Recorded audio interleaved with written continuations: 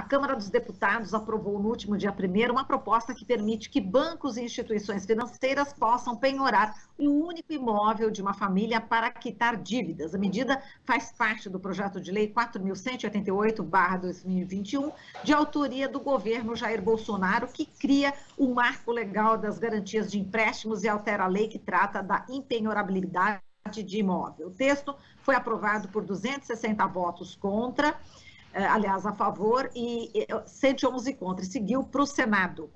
Pela legislação em vigência, uma família não pode perder seu imóvel, único bem, praticamente por causa de dívidas. A gente vai falar sobre esse assunto com o Nabil Bonduque, arquiteto, urbanista, professor titular de planejamento da Faculdade de Arquitetura e Urbanismo da USP, ele foi relator do plano diretor e também secretário de Cultura de São Paulo. Nabil, bom dia, seja muito bem-vindo. Bom dia, prazer estar aqui falando com você. Está me ouvindo bem? Estou te ouvindo muito bem, te vendo muito bem. Quem está na TVT, no YouTube também está te acompanhando, Nabil. Mas vamos lá, na sua coluna, Nabil, no UOL, nessa semana, você abordou esse assunto, né? Você escreveu o artigo: se projeto de Bolsonaro não for barrado, legião de sem-teto crescerá no Brasil. Então, eu gostaria que você falasse sobre essa preocupação que você expõe em seu artigo, né? Onde você já começa com uma informação que surpreende até, né, Nabil? Você diz que, por incrível que possa parecer, a maioria das famílias brasileiras, mesmo as mais pobres, tem uma moradia própria. Conta pra gente, Nabil. Olha, a moradia própria é um desejo da população, e não é um desejo meramente ideológico. Muitas pessoas falam da casa própria como uma ideologia, né, que está ligada à questão da propriedade. É claro que isso é utilizado ideologicamente, mas, na verdade, numa sociedade, vamos dizer assim, pobre, com grande estabilidade social, uma sociedade onde as pessoas ficam desempregadas, perdem a renda, onde a previdência não atende, né, as necessidades da população, as aposentadorias são baixas, um salário mínimo insuficiente para as pessoas viverem. Ter uma moradia própria é uma segurança, é uma garantia contra vários problemas, várias vicissitudes que podem acontecer na vida. Então, isso faz com que a população, e inclusive a população de baixa renda, busque, né, uma casa, alguma moradia própria, muitas vezes, inclusive, precária. Né? Nós temos muitas moradias próprias que são precárias. O processo de obtenção da casa própria no Brasil, que eu estudei isso longamente, né, nas minhas pesquisas da história da habitação, eles foram obtidas, em geral, a grande maioria delas, através da autoconstrução, ou do que eu chamo do autoempreendimento, onde uma população pobre obteve uma terra, porque hoje isso está também mais difícil, mas no passado era relativamente mais fácil, e depois construir as suas casas em etapas. E às vezes levava 10, 20, 30 anos até a casa ficar numa condição adequada, e às vezes sequer ficava adequada. Ou se não, através dos financiamentos do sistema financeiro da habitação, que também precisavam pagar durante 25 anos uma prestação para a casa.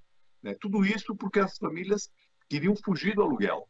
Por que querem fugir do aluguel? Porque o aluguel, né, é uma despesa permanente e que não dá nenhuma garantia. A qualquer momento o proprietário pode pedir a casa, ou a pessoa pode não ter condições de pagar, e ela acaba não tendo onde morar e vai para uma situação até mais precária, muito comum em São Paulo. Quem morava numa casa de aluguel numa região um pouquinho melhor, né, com o tempo não consegue mais pagar o aluguel daquela região, porque a região se valoriza, né, quando chegam as benfeitorias urbanas, que mais cedo ou mais tarde acabam chegando, né, e isso também faz parte do processo de constituição do parque habitacional, não só em São Paulo, no Brasil. Quer dizer, os loteamentos, mesmo as favelas, elas começam extremamente precárias, e ao longo do tempo, por mobilização da população, articulação de movimentos sociais, associações de bairro, vai chega primeiro a luz, depois a água, depois chega a pavimentação, né? Às vezes chega o esgoto, porque o esgoto não chega hoje para 40% da população, né, no estado de São Paulo. Então, mas de qualquer maneira, esse lugar vai melhorando, ele vai melhorando a casa, e esse processo, que hoje está cada vez mais difícil, mas é um processo histórico que aconteceu nas nossas cidades.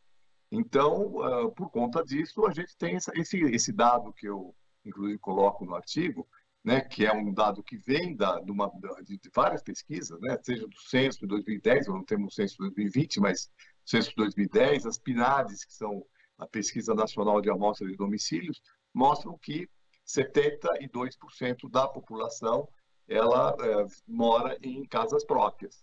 E isso significa o seguinte, né, bom, dessas 72%, uma porcentagem, menos de 10%, ainda estão em pagamento, que são essas que pagam prestação. Bom, mas de qualquer maneira é a maioria, né? Mesmo entre a população de renda mais baixa, né, a classe D e E, isso foi uma pesquisa feita pelo Datafolha com uma companhia imobiliária, na classe D e E, 62% da população vive numa casa, numa moradia própria. Ela pode não ser regulamentada, né? Eu vou falar disso mais para frente. Bom, então veja, essa população hoje está sofrendo com um endividamento extremamente alto. Nós temos 60 milhões de pessoas que estão inadimplentes, ou seja, que têm uma dívida e que não pagaram, que estão devendo ou para o banco, ou para uma financeira qualquer, ou, né, algum tipo de dívida. Isso corresponde a mais ou menos 40% da população adulta, né, do Brasil. Então, é muita gente que deve, né? E é crescente, né? O próprio presidente Lula, né, numa das suas falas, diz que antigamente as pessoas se endividavam para comprar uma televisão, para comprar um carro, né? Hoje as pessoas estão se endividando no cartão de crédito para comprar comida, né? A fome, né, está crescendo enormemente no país, né? As últimas pesquisas mostram isso. Então, veja, essas famílias são famílias de baixa renda, famílias de renda média, mas que, né, hoje já talvez não estejam em uma condição muito favorável, estão endividadas. E aí, então, né, o que esse projeto propõe? O projeto diz o seguinte, que as pessoas podem tomar um financiamento colocando sua casa como garantia, a sua casa única, porque a legislação, isso vem de longe, essa legislação, mas ela foi consolidada em 1990, a legislação proíbe que as casas, que seja a única propriedade de uma família, seja colocada como garantia, né? Porque a casa própria, isso é uma defesa da família, é uma defesa, né, da mínima condição das pessoas, ela é impenhorável, ou seja, não pode ser penhorada. Então, ninguém vai emprestar um recurso com base num bem que não é penhorável, né? Então, isso, de certa forma, é uma garantia. Às vezes é uma garantia contra a própria pessoa, porque vocês sabem, todo mundo sabe que, no desespero, as pessoas vão lá e pegam um financiamento, ou no desejo, porque a nossa sociedade de consumo também, ela impõe desejos para as pessoas. Então, as pessoas querem comprar quer comprar um celular, quer comprar um aparelho de som, quer comprar alguma coisa que, né, que ela tem o desejo, tem necessidade e que acaba acontecendo. Essa pessoa vai se endividando. Aí o banco fala assim, não, então você pega aqui um empréstimo para pagar todas as suas dívidas com juro mais baixo, né? Porque o juro do cartão de crédito hoje é absurdo, né? Isso, muitas pessoas já passou nessa situação, que está devendo ali, né, cada vez mais, por conta que está, né, dentro na dívida do cartão. Aí o banco, por exemplo, se você pega um empréstimo e quita todos os demais, esse empréstimo vai ter uma taxa menor, claro que ela vai ser uma taxa menor, porque você oferece uma garantia a uma propriedade, né, uma casa, acaba sendo, né, o juro sai mais baixo. Esse é o argumento do governo, né? O argumento do governo é de que essa possibilidade, ela vai baixar o juro, né? Vai baixar o juro, mas isso não quer dizer, né, que vai baixar o juro de 12%, de 15%, de 10% ao mês, né, do cartão de crédito para, né, um juro de 3%, 4%, que também são juros altíssimos, né? 3%, 4% ao mês, 5% ao mês, é um juro muito alto também.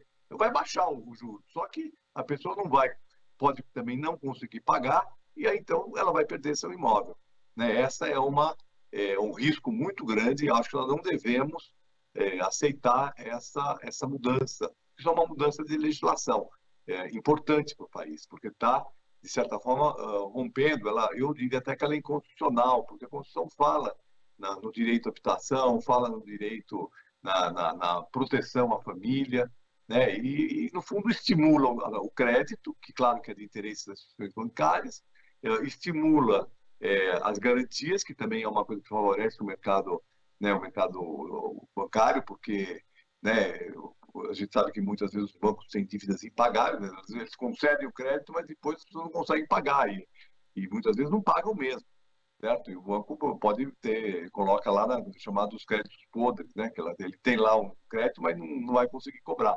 E agora, se a casa entrar como garantia, ele vai conseguir, né, fazer um leilão da casa e permite também uma outra coisa que hoje não se hoje você não pode colocar uma propriedade para vários empréstimos. E aí, então, esse projeto de lei cria uma espécie de uma instituição que vai intermediar esse processo e que vai, inclusive, estabelecer os limites de financiamento. Ela vai poder pegar, sei lá, 3, 4 empréstimos diferentes até comprometer integralmente o valor estimado da casa. Isso é gravíssimo, né, do ponto de vista social. Então, nós somos contra esse projeto, acho que ele não deveria ser aprovado, ele vai agravar o problema da habitação. E veja que o único programa habitacional que o governo federal, pelo menos, diz que tem prioridade, né, embora também não consiga implementar com a agilidade necessária, é um programa de regularização fundiária, certo? Então, veja, é claro que para oferecer um imóvel em garantia, aquele imóvel precisa estar regularizado. Então, o governo federal também está regularizando favelas, áreas irregulares, está empenhando para isso. Então, na verdade, ao regularizar o imóvel, que é uma reivindicação do movimento de moradia, do movimento da reforma urbana, a regularização da terra, a regularização fundiária, mas ela tem um efeito nefasto, que é o seguinte: depois que regulariza, aquela propriedade entra no mercado. Né? Entra no mercado imobiliário, que o mercado imobiliário só trabalha com imóveis regularizados, e também agora poderá entrar no mercado financeiro. Exato, a gente já está no final, tem um minutinho final só aqui, do que a gente podia falar rapidamente da paralisação, né, da comercialização, enfim, do faixa 1 do Minha Casa Minha Vida, que você inclusive encerra, né, o seu artigo falando, né, que é preciso enfrentar essa grave crise habitacional, não é isso? Agora, fechando aí a faixa 1, não, né? Exatamente. Não, eu acho que aí, em vez do governo Bolsonaro se preocupar em enfrentar o problema da habitação, né, enfrentar, viabilizando um programa que dê grande subsídio para quem, né, hoje está em situação dramática, porque, né, quando a gente fala assim, quando eu coloco a maioria tem casa própria, o pessoal fala, bom, então o problema da casa, da habitação não é um problema grave? Não, ele é um problema gravíssimo, porque 27% das pessoas que pagam aluguel, os 30% restantes, né, constitui no Brasil uma legião enorme de pessoas. Significam mais de 15, 17 milhões de pessoas que estão numa situação muito difícil.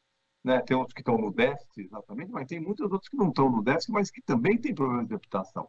Para não falar da população em situação de rua, etc. Então, né, o que o governo deveria estar hoje empenhado é em constituir ou reconstituir um programa para atender a população de baixa renda. Não só o governo federal, porque o governo estadual também, aqui o governo do estado de São Paulo, é também uma coisa que pouco se fala disso, né? Mas que já chegou a, em alguns anos, produzir 50 mil casas por ano, entregar para baixa renda, que durante certos períodos, na década passada, entregou uma média de 25 mil unidades habitacionais por ano, está entregando 5, 7 mil, né? Ou seja, né, 10%, 20% do que fazia há 20 anos atrás.